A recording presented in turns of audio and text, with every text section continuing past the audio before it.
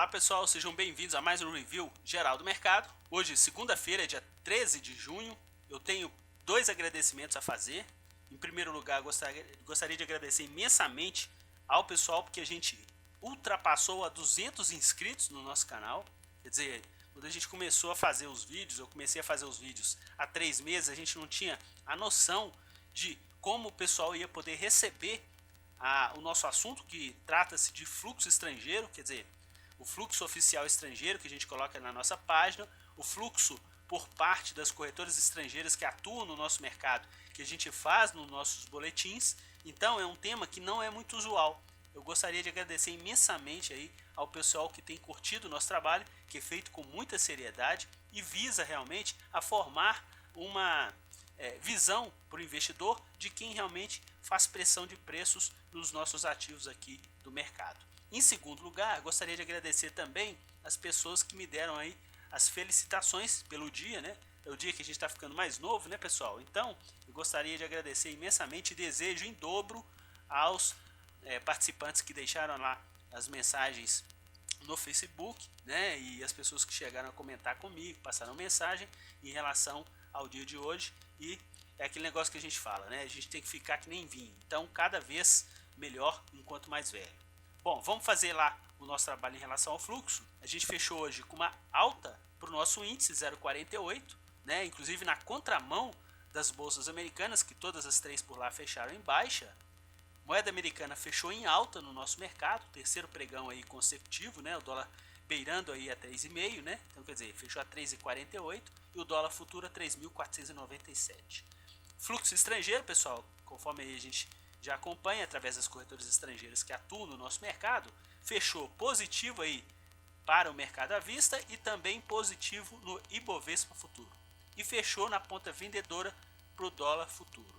Bom, deixa eu só explicar primeiro aqui essa divergência positiva e negativa, porque a gente acompanha os 59 ativos que fazem parte do Ibovespa, que são mais atacados pelas corretoras estrangeiras, né, tem maior liquidez, só que a gente também acompanha todos os ativos negociados na nossa bolsa durante o pregão. Hoje em dia, dá uma média de 170 ativos, 180 ativos negociados durante o pregão.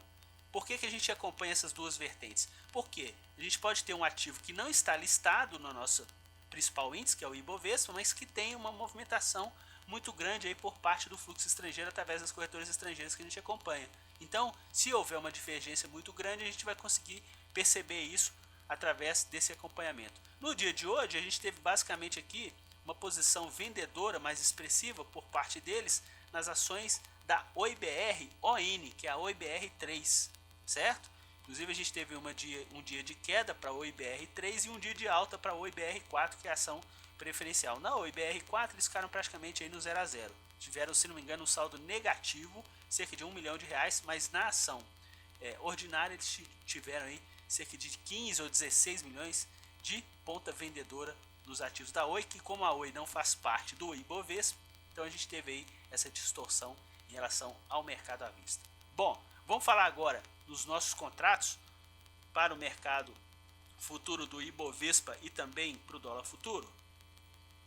Pessoal, olha que interessante, eles começaram o dia comprador, cerca de 11 milhões de reais, e o nosso índice se desvalorizou aqui 300 pontos, né, 350 pontos em relação ao fechamento de sexta-feira, né? Então, quer dizer, a gente começou com naquela ânsia de venda, aquele negócio todo, e o pessoal já com aquele ambiente negativo de sexta-feira, o Ibovespa ter caído mais de 3%, né, e eles atuando aonde? Na ponta compradora. Quer dizer, no mínimo, interessante, né? Eles continuaram essa ponta na segunda hora do pregão, só que na terceira hora eles praticamente zeraram todo o volume, né?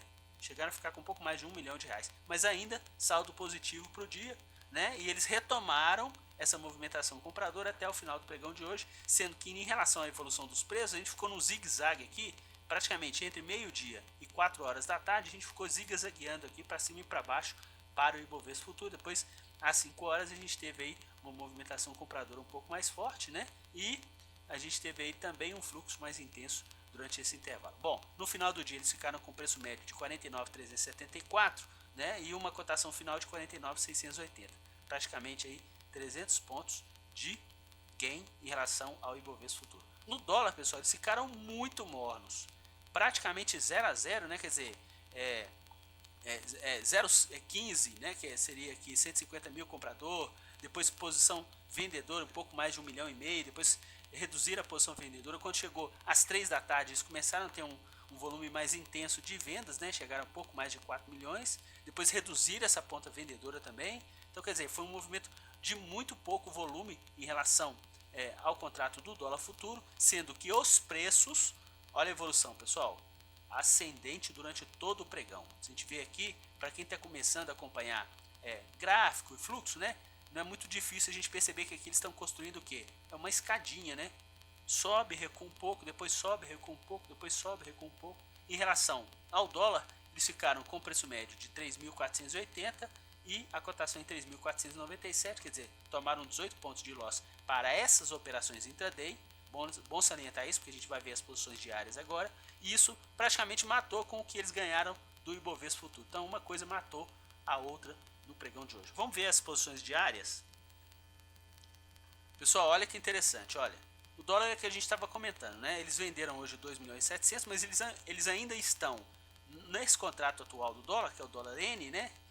Em 11 milhões compradores. Então, quer dizer, a moeda americana teve uma queda bem expressiva, né, nesse atual contrato, e a gente chegou a pegar aqui no fundo 3.381, né? Então, quer dizer, quase aí 220 pontos em relação ao início do contrato, que foi 3.600, né? Então a gente está recuperando a moeda americana, e hoje eles não quiseram participar mesmo, porque também eles estão ainda na ponta compradora para a moeda americana, e vamos observar como é que vai ser a evolução nisso no restante do contrato. Em relação ao índice futuro, é o que a gente está comentando, ó, já está se aproximando aí o final do contrato M, né, de Maria, que a gente vai ter o encerramento no dia 15, quarta-feira agora, sendo que a gente só tem segunda e terça, que foi hoje e amanhã, de negociação, porque na quarta-feira, as 2 primeiras horas do pregão, tem um pouco de negociação no M, e depois a gente vai negociar o contrato Q de queijo, né? Então, eles atuaram hoje na ponta compradora, né, pouco mais de 100 milhões de reais, a evolução do preço também acompanhou, a gente teve uma valorização em relação ao fechamento de sexta-feira, né, de 400 pontos, né, pouco mais de 415 pontos, e eles também atuando aí na ponta compradora. Vou ficar atento, pessoal, que eu já estou monitorando o contrato Q de queijo, inclusive ele já está tendo liquidez. Então, o que a gente está fazendo? Eles tiveram um movimento vendedor no pregão de sexta-feira, né, a gente teve inclusive o movimento vendedor no mercado futuro para o contrato atual de quase 250 milhões de reais, né, que foi essa ponta aqui. Eles tiveram um movimento vendedor em quase 70 milhões de reais na sexta, para o contrato novo, que é de queijo. E no dia de hoje, quando a gente terminou aqui com mais de 100 milhões de reais na ponta compradora para o contrato atual, eles também atuaram na ponta vendedora no contrato novo, certo? Cerca de 18 milhões de reais. Vamos ficar atento em relação a esse contrato, que vai ter maior liquidez a partir de quarta-feira, né, que é o dia 15, o vencimento do contrato atual. Vamos falar agora dos nossos ativos. Pessoal, carro-chefe de compra hoje, Bradesco. Carro-chefe de venda hoje, Petrobras. Inclusive, mais um dia, isso não é usual, a gente já até comentou aqui nos vídeos, que o fluxo estrangeiro, através das corretoras estrangeiras que a gente acompanha, eles perderam dinheiro. Por quê? Variação média dos ativos que eles atuaram na ponta compradora ficou negativa em 0,19. Variação média nos ativos que eles atuaram na ponta vendedora ficou positiva em 0,36. Então, se a gente juntar aqui, dá um pouco mais de 600 mil reais. Claro que é pequeno, portanto que a gente consegue perceber por parte do fluxo estrangeiro, mas não deixa de ser uma pressão em relação aos preços, que hoje não teve sucesso. Eles não tiveram sucesso porque eles perderam aí nessas pontas. Bom, mas em relação aos ativos especificamente, eles atuaram novamente na ponta vendedora, né, nas ações de Petrobras e também Itaú. Itaú está sendo uma ação com muita pressão de venda, né? Hoje eles deram entre aspas, né, pessoal, um sossego aqui para as ações de Bradesco. Inclusive o Bradesco teve uma valorização bem expressiva, né, um pouco mais de 2%. E no caso de Itaú, que eles atuaram na ponta vendedora, o ativo subiu aí 0,6 no pregão de hoje. Bom, não vamos perder muito tempo mais com as ações, para a gente não deixar mais extenso o nosso vídeo. Vamos partir aqui para as opções. Então é o seguinte, para as opções de Petrobras, variação média negativa de 11,88, perderam dinheiro. Para as opções que eles atuaram na ponta vendedora, variação média negativa de quase 20%, né, 19,28, conseguiram recuperar aí o que eles devolveram para as compras. No caso de Vale, eles conseguiram ganhar nas duas pontas. As opções que eles atuaram na ponta compradora tiveram variação média positiva de 1,95 e as opções que eles atuaram na ponta vendedora tiveram uma variação média, né, negativa de 5,74. Eles conseguiram então lucrar nas duas pontas.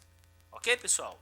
Vamos ficar atento em relação ao fluxo. Hoje eles deram aí uma folga para o nosso mercado e o mercado também deu uma folga nessa sequência de queda que a gente estava observando. Mais uma vez, muito obrigado ao pessoal que se manifestou e principalmente ao pessoal que está se inscrevendo aí no nosso canal e abraçando o nosso projeto de acompanhamento do fluxo. Um grande abraço a todos e até o nosso próximo boletim.